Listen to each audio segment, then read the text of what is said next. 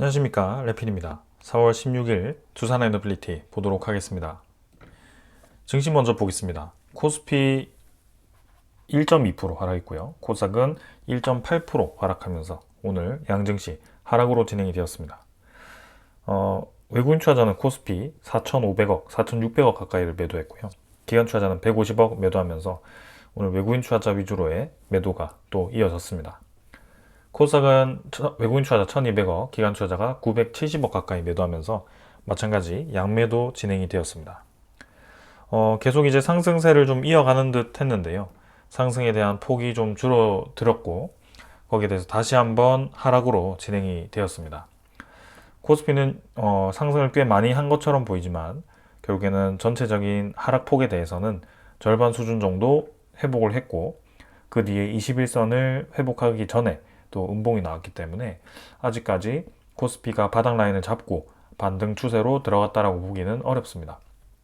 여전히 하락 추세에 있다라고 볼 수밖에 없는 그런 상황이 만들어졌고요. 시장에 대한 불확실성, 트럼프에 대한 리스크가 아직 해소되지 않았기 때문에 여전히 시장은 하락이 진행 중이다라고 봐도 무방한 상황입니다. 그래서 반등에 대한 시장이 계속 이어졌으면 하지만 아직은 그런 상황은 아닌 것 같고요. 계속 지켜볼 필요가 있겠습니다. 특히 외국인 투자자에 대한 추이를 보시면 이 상승에 대한 움직임이 정말 외국인 투자자라든지 기관 투자자가 좋게 보고 유입이 되었다라고 보기가 어려운 상황이거든요. 왜냐하면 외국인 투자자는 어제와 그저께 그리고 그 전에도 매도를 계속 이어가면서 벌써 4일째 매도를 하고 있습니다. 그래서 지금 1조 5천억 가까이를 또 매도를 했고요. 코스피에 대한 차트를 보시면 한 4일 정도의 코스피는 반등을 하고 다시 이렇게 꺾이는 상황이었는데요. 결론적으로 보면 외국인 투자자는 코스피가 올라가는 동안에 계속 매도를 했던 것 같습니다. 근데 그 반대로 이 외국인 투자자의 매도를 계속 받아주고 있는 수급이 연기금 투자자이고요. 연기금 투자자는 지금 증시를 방어하는 차원에서 들어와주고 있지만 뭔가 이 증시에 대한 반등을 이끌기에는 좀 부족한 수급이 아닐까 싶고요. 워낙 오랫동안 많은 물량을 매수했기 때문에 연기금 투자자는 지수를 올리는 것보다는 계속 이제 지수에 대한 하락폭을 줄이면서 지금 몇 달간 방어를 해주고 있습니다. 근데 이게 몇 달에서 끝나고 코스피가 반등을 하면 연기금 투자자가 괜찮게 이제 저가 매수를 해서 수익을 볼 수 있는 구조가 만들어지겠지만 지금 얼핏 보면 이 상황이 쉽게 끝날 것 같지 않거든요. 단기간에. 이게 장기화되면 될수록 연기금 투자자에게는 계속 불리한 상황이 만들어질 수밖에 없습니다. 그래서 그런 것들을 계속 지켜봐야 될 것 같고요. 불확실성이 빨리 해결되지 않는 이상은 코스피의 이런 변동성은 계속 이어질 것으로 예상이 됩니다. 자, 그 외에 나머지 기관 투자자들도 투신 금융투자도 오늘 매도로 접근을 했고요. 전체 수급이 기관 투자자도 매도로 잡혔습니다. 그 다음은 코스닥입니다. 코스닥도 지금 1.8% 하락을 했고요. 네, 반등에 대한 상승을 멈추고 하락으로 다시 한번 진행이 되었습니다. 여기 추가적으로 계속 이제 하락이 또 이어진다면 쌍바닥에 대한 확인을 하러 또 갈 수도 있는 그런 형상이고요. 투자 수급을 보더라도 외국인 투자자, 기관 투자자가 또 매도를 이어갔고 특히 외국인 투자자는 또 연일 매도를 이어가고요. 기관 투자자도 계속 매도를 진행을 하고 있습니다. 전반적으로는 코스피, 코스닥 모두 지금 매도에 대한 이 방어를 하고 있는 것이고 그것이 매수 수급이 뭔가 강하게 들어오고 있지 않기 때문에 불확실성이 어떻게 나오느냐에 따라서 또 시장이 급락을 할 수 있는 그런 상황이라 조심스럽게 볼 수밖에 없습니다. 해외 시장은 다우 나스닥은 어제 하락으로 진행이 되었고요. 크게 하락하지 않았지만 결국에는 계속 주목되는 것은 나스닥이 크게 지금 12% 반등 이후에 그렇다 할 반등 없이 진행이 되고 있습니다. 그래서 21선 아래에서 계속 자리를 잡고 있고요. 오늘도 증시 분위기가 좋지 않기 때문에 추가적으로 하락을 한다면 여전히 하락 추세에 들어가 있다라고 볼 수 있는 상황이 만들어지는 거고요. 아직까지도 증시가 반등세에 들어갔다라고 섣불리 판단할 수가 없습니다. 니케이도 마찬가지입니다. 1% 가까이 하락했고요. 결국에는 크게 반등했던 부분을 더 이상 상승을 이어가지 못하고 하락을 하기 시작했습니다. 그래서 트럼프에 대한 관세 유예가 나왔지만 그게 유예가 정말 시장에 좋게 판단이 되었다면 계속해서 연일 상승을 크게 했어야 됩니다. 근데 그렇지 못하고 있는 상황이고요. 그렇게 유예를 해서 시장에 유화 정책을 펼치는데도 불구하고 여전히 이렇게 하락에 대한 분위기가 형성된다는 것은 이미 트럼프와 이 전체적인 시장에 대한 신뢰가 떨어졌기 때문이고, 트럼프의 관세 정책이 완전히 철회가 된 게 아니라 지연이 되거나 아니면 계속 준비 중이기 때문에 그런 것들을 투자자들이 지금 두려워하고 있다라고 볼 수가 있습니다. 그래서 지금 엔화가 강세가 나타나면서 달러가 약세가 동시에 또 나타나고 있고요. 그 두 가지가 지금 맞물리면서 엔캐리 트레이드 청산에 대한 우려감이 고조가 되고 있고, 특히 니케이에 대한 지수 하락과 그다음에 미국의 국채에 대한 가격 하락이 계속 우려스럽게 진행이 되고 있습니다. 자, 지금 환율은 1418원으로 10.5달러까지 지금 떨어졌습니다. 10.5원이죠. 그래서 우리의 예상과는 좀 다르게 굉장히 빠르게 최근에 달러 지수가 떨어지면서 우리나라 환율도 안정화가 되고 있습니다. 정말 이제 이 1,400원대를 아주 오랫동안 유지를 해왔고, 미국에 대한 그런 국채금리 상승과 강달러 추세로 1,500원까지 치고 나갈 거라고 생각이 되었는데요. 근데 한순간에 이 달러 지수가 무너지면서 지금 우리나라 환율이 상대적으로 안정화되는 것처럼 보입니다. 근데 이거는 어디까지나 달러 지수에 대해서 상당히 이제 크게 떨어진 거고요. 나머지 환율에 대해서도 조금 안정화가 되긴 했지만 여전히 이 전체적인 환율은 높게 받아들여지고 있습니다. 그래서 지금 달러 지수를 한번 보게 되면 지금 외환 달러 지수가 99.35로 진행이 되고 있습니다. 그래서 한 달치로 보았을 때 110에서부터 굉장히 빠르게 1년치죠. 지금 떨어진 상황이고요. 이렇게 10% 정도가 달러 지수가 급락을 했기 때문에 상당히 지금 빠르게 이 달러에 대한 가치가 떨어지고 있다, 이렇게 보셔도 될 것 같습니다. 그 달러 지수에 대한 하락세는 결국에는 트럼프에 대한 관세 정책의 우려감으로, 그리고 달러에 대한 신뢰 하락으로 지금 진행이 되고 있는 거고요. 그럼 달러 지수가 하락하면서 나타나고 있는 현상이 무엇인가 하면 금값이 올라가고 있습니다. 지금 금값이 또 2.5%가 올라가면서 3,322달러까지 올라왔습니다. 상대적으로 굉장히 빠르게 올라가고 있고요. 달러 지수가 급락을 하면서 금값은 상대적으로 상승폭이 아주 가파르게 진행이 되고 있습니다. 그래서 달러에 대한 자금들이 금으로 들어가고 있다라고 보셔도 될 것 같고요. 그럼 왜 많은 사람들이 금을 계속 모아가는지 우리는 생각할 수밖에 없습니다. 그래서 앞으로 경기에 대한 좋지 않은 시그널들을 부었기 때문에 금에 대한 수요가 계속 늘어나고 있다라고 볼 수밖에 없고요. 금뿐만이 아니라 이러한 상대적인 이제 제2의 금도 이렇게 반등을 하고 있는 걸 보아서는 전체적으로 시장에 대해서 계속 불신하고 있다, 투자자들이 그렇게 보여집니다. 그래서 지금 계속 트럼프가 우려하고 있는 것이 미국의 10년물 국채금리가 잡히지 않고 있다라는 것이고요. 그래도 어제보다도 좀 많이 떨어졌습니다. 한 달치로 보았을 때 4.4% 이상 갔다가 다시 떨어지긴 했는데 여전히 4.3%대입니다. 그래서 지금 미국의 채권이 만기가 돌아와서 차환을 하더라도 전과 동일한 수준이기 때문에 사실상 트럼프의 의도대로 미국의 재정 적자를 낮출 수 없는 금리입니다. 그래서 이거를 최대한 낮추려고 노력을 할 텐데요.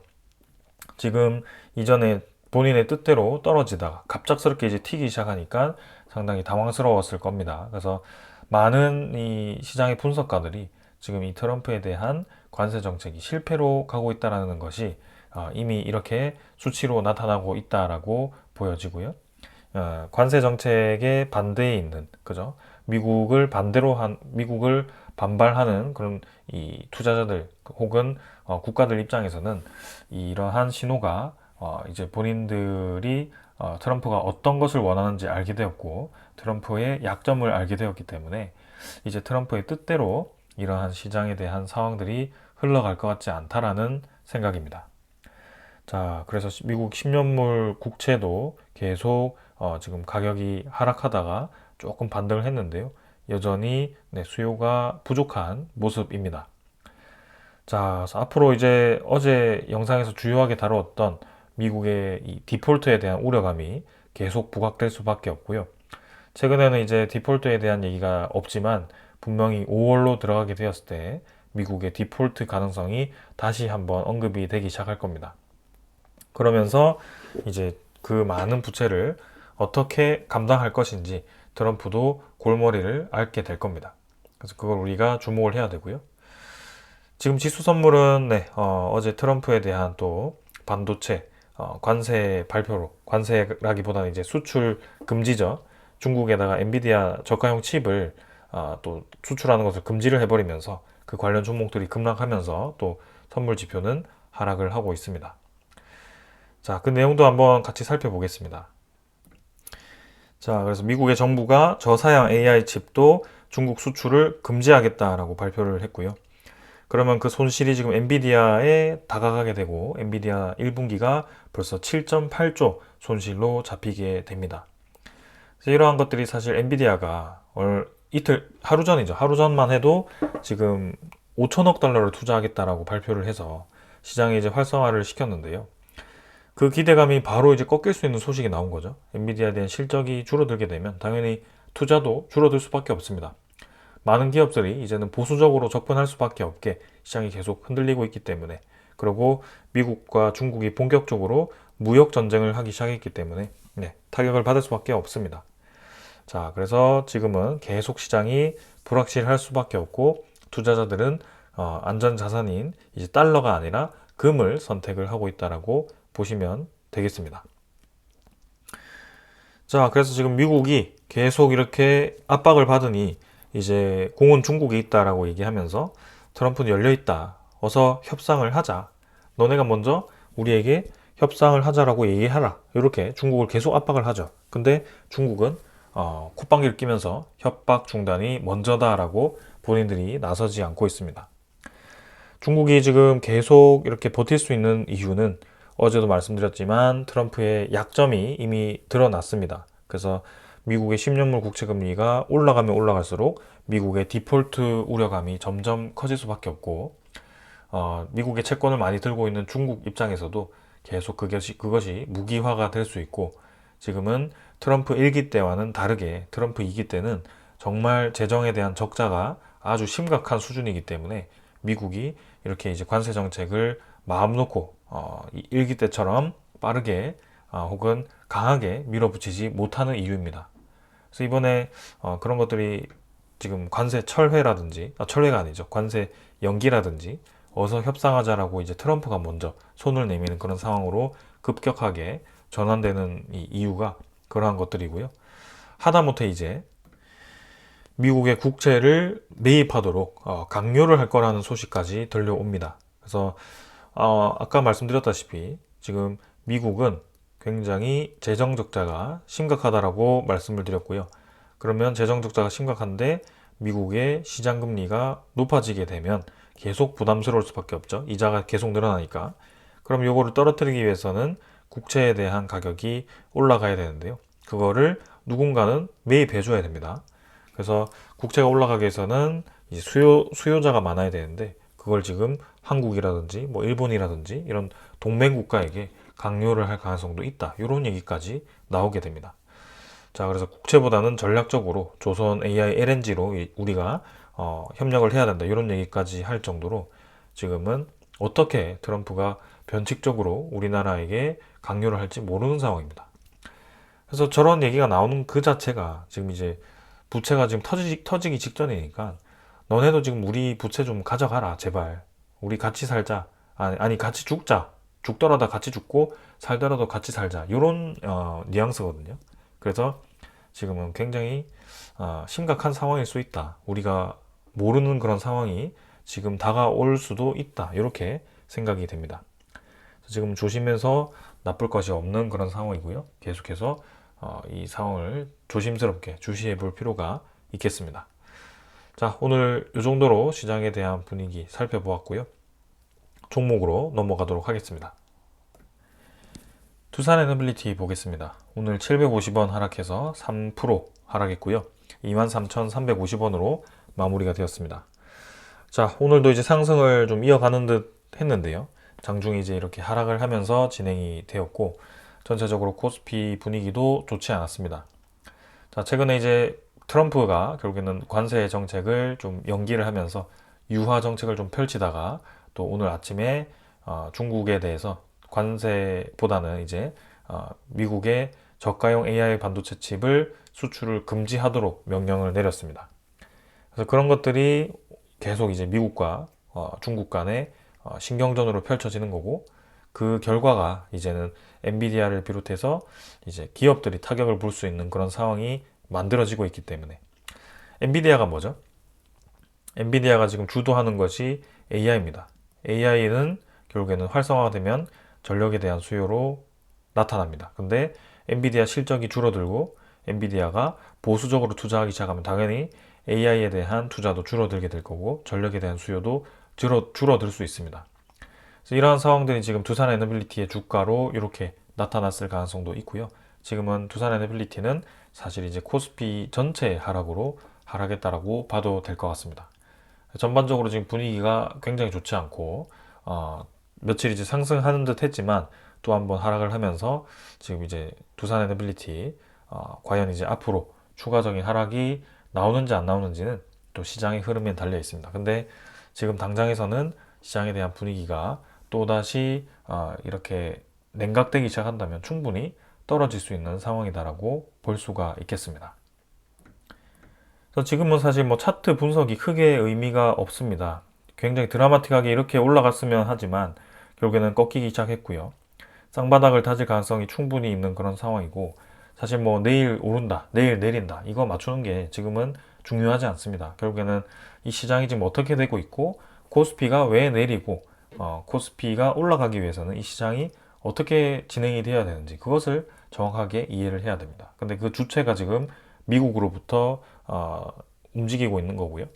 미국이 시장을 흔들기 시작했으니 미국이 시장을 정상화를 시켜야 결국엔 우리나라 주가도 올라갈 거고 두산 에너빌리티도 올라갈 겁니다. 근데 그게 지금 단기간에 나올 것 같지 않고, 그런 상황이 미국이 시장을 흔들기 시작한 그 이유조차도 부채에 대한 재정 적자를 줄이기 위함이었기 때문에 지금은 시장이 오를 대로 올랐고 부채가 풀릴 대로 풀렸기 때문에 언제든지 그 부채가 터질 수 있는 그런 상황이다. 그런 것들을 우리가 이해를 해야 됩니다. 자, 그래서 두산 에너빌리티는 정말 좋은 종목입니다. 좋은 기업이고 이 LNG라든지 원전에 대한 그런 상황 좋았습니다. 근데 그것을 모두 이 수포로 돌릴 수 있는 그런 상황이 결국에는 거시적인 경제가 무너졌을 때이거든요. 그래서 그런 상황이 지금 나타날 수 있다라고 계속 경고를 드리는 거고요. 이때부터 이제 말씀을 좀 드렸고, 지금 이제 내려가다 반등했지만 사실 뭐 다시 내려갈 수 있는 그런 상황입니다. 내려갈지 안 내려갈지 저도 잘 모릅니다. 근데 시장이 내려가면 당연히 내려갈 거고요. 그럼 시장이 내려갈 수 있을까라고 질문했을 때 충분히 그럴 수 있다라고 답변을 드릴 수 있을 것 같습니다. 자, 그래서 지금은 아주 장기적으로 본다면 계속 가져갈 수 있겠지만 결국에는 지금 현금 확보를 해 놓는다면 혹시라도 올 수 있는 큰 하락장에서 또 한 번의 매수 기회가 될 수 있다라고 저는 생각하기 때문에 그것에도 초점을 두고 계속 방송을 하고 있습니다. 그래서 꼭 두산 에너빌리티가 아니더라도 결국에는 전체 주식이 다 떨어지면 굉장히 이제 매수하기 좋은 종목들이 많거든요. 최근에 뭐 2차 전지는 더할 나위 없이 많이 내렸고요. 근데 더 떨어질 수도 있습니다. 그리고 뭐 반도체 종목들, 삼성전자, SK 하이닉스 이런 것들도 다 지금 떨어져 있는 상황이고, 그렇기 때문에 현금을 가지고 있으면 이제는 뭐 떨어져서 우리가 뭘 사야 될지 모르는 그런 상황이 올 수도 있습니다. 그래서 그런 부분에 촉각을 두고 말씀을 드리는 거고요. 섣불리 올라간다고 추격 매수를 하는 것은 저는 좋지 않다라고 생각이 됩니다. 왜냐하면 지금 이 근본적인 원인, 미국의 부채가 해결되지 않는 이상은 분명히 시장에 대한 충격은 언젠가 한번 오게 되어 있습니다. 근데 그게 올해가 될 가능성이 충분히 있기 때문에 계속 이렇게 경고음을 드린다. 자, 일별 거래량은 310만 주로 진행이 되었고요. 전날보다 줄었습니다. 그래서 상승에 대한 거래량도 작고요. 하락에 대한 거래량도 작습니다. 그래서 지금은 두산 에너빌리티가 올라갈 때 사실 뭐 이 두산에 대한 기업성을 보고 좋게 보고 투자자들이 와르르 지금 들어온 느낌이 아니라 그냥 뭐 조금 매수하는 그대로 올라갔다가 뭐 힘없이 받치는 것도 없이 뭐 조금 매도하면 좀 떨어졌다가 이렇게 그냥 주가가 증시가 반등하면 올라가고 증시가 내려가면 흘러가고 이런 상황입니다. 그래서 지금은 결코 이게 올라가는 것이 두산 에너빌리티가 좋아서가 아니라 거시적인 흐름에 따라서 그대로 흘러가고 있다. 이렇게 보시면 되겠습니다. 투자 수급은 오늘도 외국인 투자자는 이탈을 했고요. 지금 뭐 며칠째 계속 빠져나가고 있습니다. 기관 투자자는 조금 매수했지만 연기금 투자자 위주로의 매수가 이어졌고요. 투시는 또 이렇게 며칠 매수하고 바로 차익 실현하고 빠지는 모습이죠. 그래서 지금 전체적인 코스피도 그렇고 결국에는 연기금 투자자가 계속 지수를 떠받치고 있지만 이 수급이 결코 주가를 올리는 수급은 아닙니다. 장기적으로 이제 보고 들어오는 것이긴 하지만 사실상 주가를 올리는 수급은 좀 더 단기적으로 강하게 들어오는 수급들이어야 되는데 지금 그런 움직임들이 없고 특히 외국인 투자자도 최근에는 매도세로 좀 전환을 하고 있기 때문에 그런 수급적으로 보았을 때도 결코 지금은 두산 에너빌리티가 좋은 상황은 아니다라고 좀 보여집니다. 의외로 이제 공매도 잔고는 별로 없이 진행이 되고 있는데요. 잔고는 뭐 10만 주 정도로 계속 유지되고 있습니다. 그래서 크게 지금 늘어나지도 않고 줄어들지도 않고 거의 뭐 0에 가까운 수준이죠. 그래서 크게 지금은 우리가 주목할 필요는 없고요. 어제 대차 잔고가 엄청 크게 감소를 했는데 오늘도 추가적으로 상환이 좀 있었습니다. 그래서 16만 주 정도 상환이 되었고 체결은 7만 8천 주 정도로 그래서 상환이 한 뭐 6만 주 정도 되었고요. 대차 잔고는 2,360만 주 정도로 진행이 되었습니다. 하지만 대차 잔고가 급감했는데도 불구하고 주가는 떨어졌고요. 지금은 사실상 크게 그런 것들이 중요한 상황은 아닙니다. 그리고 이제 거래원을 보시면 오늘 직접적으로 매도한 외국계는 없고 오늘 크게 수급 주목할 만한 수급 없이 진행이 되었습니다. 종목 상세는 어제도 외국인 전날 60만 주 정도 매도했고요. 오늘도 일단 당일 물량을 나와봐야 되겠지만 매도로 잡힌 것 같습니다. 그래서 추가적으로 계속 매도가 나오면서 전반적으로 외국인 투자자에 대한 지분이 조금씩 줄어가는 분위기입니다. 하지만 뭐 몇 년 전과는 확실히 다르죠. 외국인 투자자는 지분을 확실히 많이 늘려놨는데 그러면 주가를 왜 떨어뜨리냐? 저렇게 많은 지분 확보하고 주가 떨어뜨리는 게 외국인 투자자에게는 손해가 아니냐? 이렇게 생각할 수도 있겠지만 사실상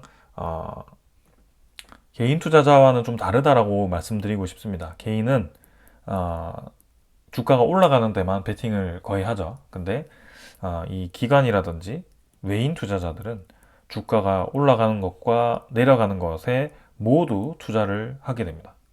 그래서 이게 대표적인 것이 공매도 중에 하나고, 그 다음에 이거는 신용 중에 하나고요. 뭐 현물 투자 중에 하나고요.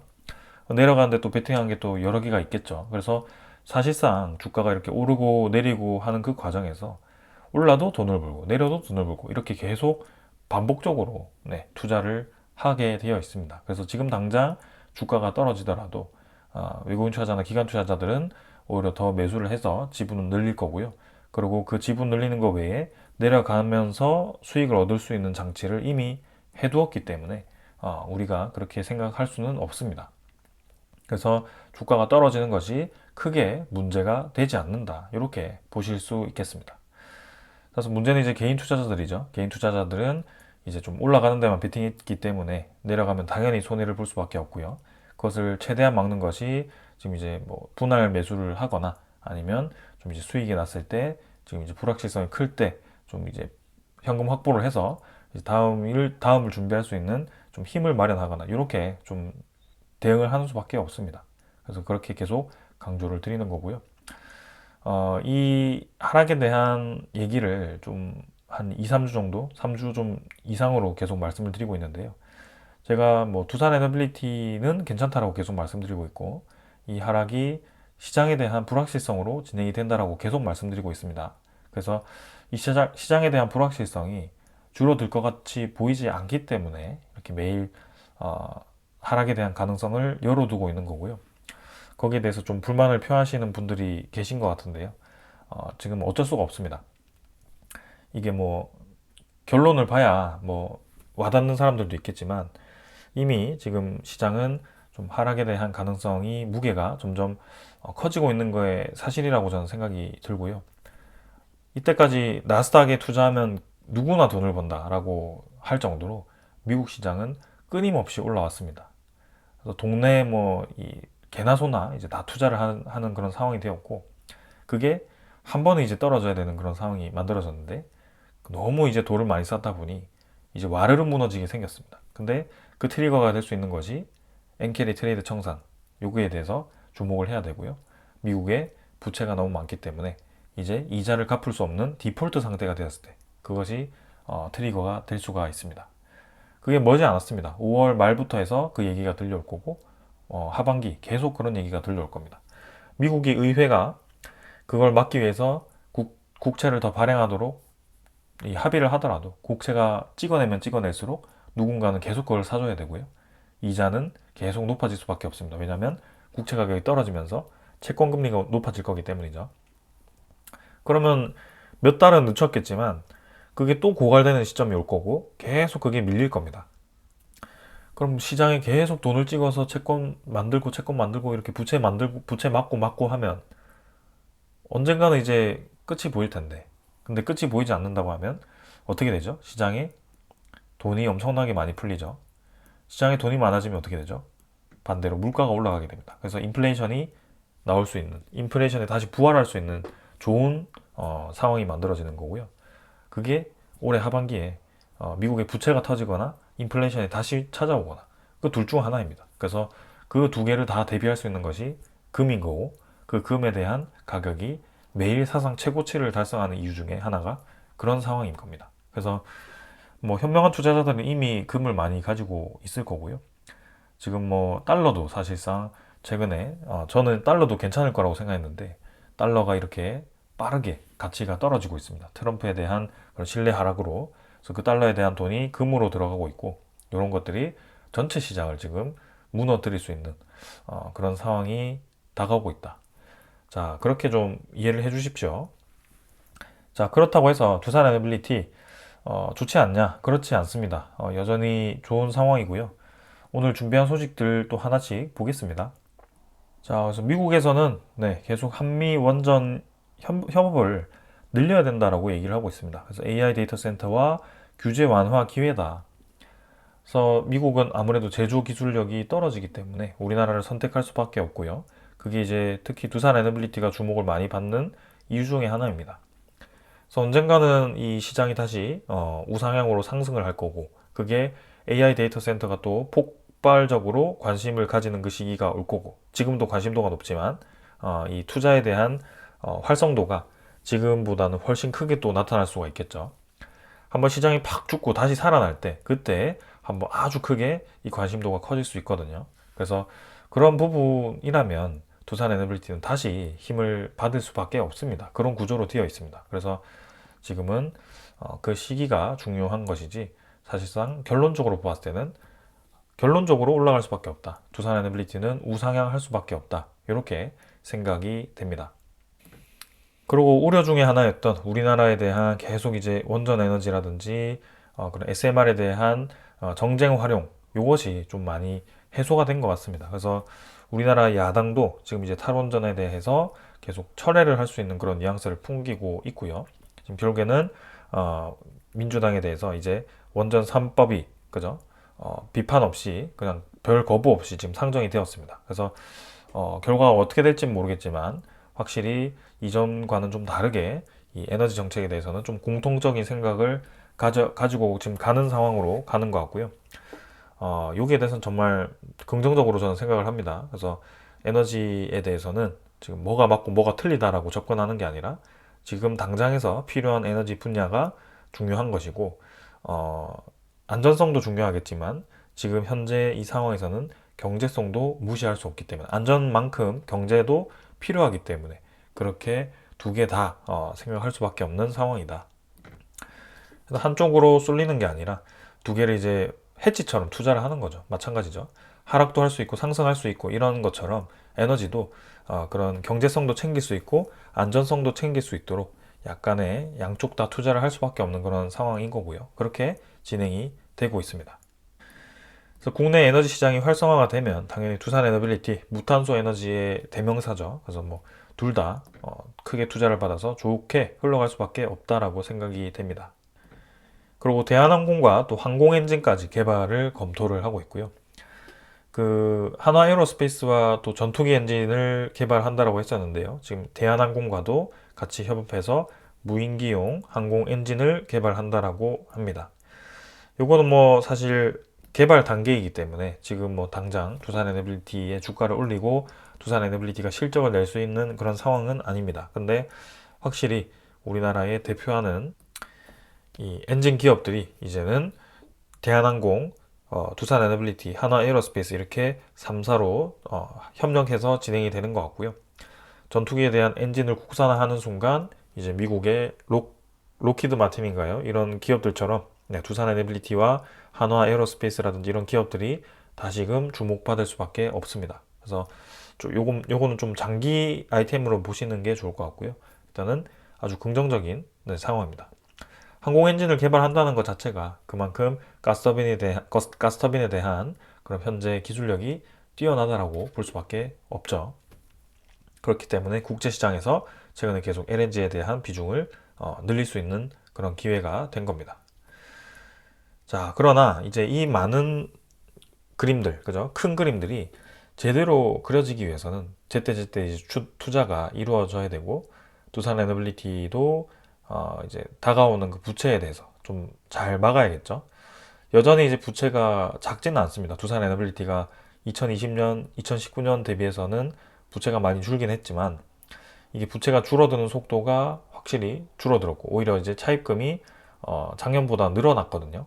그래서 그런 입장에서 본다면 앞으로에 대해서 이제 두산 에너빌리티가 좀 잘 대응을 해야지 조금 이제 애매하다 싶으면 다시 한번 차입금이 올라가면서 또 한번 우리가 이 부채에 대해서 좀 부정적인 상황으로 갈 수도 있습니다. 그래서 그런 것들을 좀 주의를 해야 될 것 같고요. 그러는 와중에 두산이 지금 지주사가 SK 실트론 인수전에 또 뛰어들어간다고 하죠. 그래서 이게 반도체 생산 기업인데 웨이퍼 생산 기업인데 그걸 또 인수를 한다라고 뛰어들어갔습니다. 인수를 할지 안 할지 모르겠지만 결국에는 지금 두산 그룹사에서 계속 관심을 가지는 거지 반도체, 로봇 이런 쪽에 또 새로운 신사업에다가 계속 주목을 하고 있습니다. 지금 두산 에너빌리티에 많은 자금을 투자하지 않고 있고 지금 얼마 전에도 그 두산 밥켓을 떼내서 또 사업 제각화를 할 수 있는 그런 것들을 고려를 했었는데요. 그게 수포로 들어갔는데 또 저렇게 SK 실트론을 인수하고 그렇게 이제 투자금을 써버리면 과연 또 저 돈은 어디서 마련할 건가 거기에 대한 의문감이 또 듭니다. 그래서 지금 두산 지주사가 이렇게 문어발식으로 계속 사업을 늘려갔을 때 두산 에너빌리티도 지금 상당히 신사업이 많기 때문에 투자금이 많이 필요한데 요거를 감당할 수는 있을까 이런 생각도 좀 듭니다. 그래서 여러모로 지금 이제 검토를 좀 해야 되는 상황이고요. 미래의 성장성, 에너지에 대한 성장성, 두산 에너빌리티의 기술력만 본다면 정말 이제 두산 주가는 계속 올라가서 사상 최고치를 달해야 되겠지만 그 가는 데까지 중간중간에 있는 불확실성들을 계속 제가 좀 언급을 드리면서 조심스럽게 투자를 좀 이어나가도록 하겠습니다. 자, 오늘 여기까지 하고 마무리하겠습니다. 감사합니다.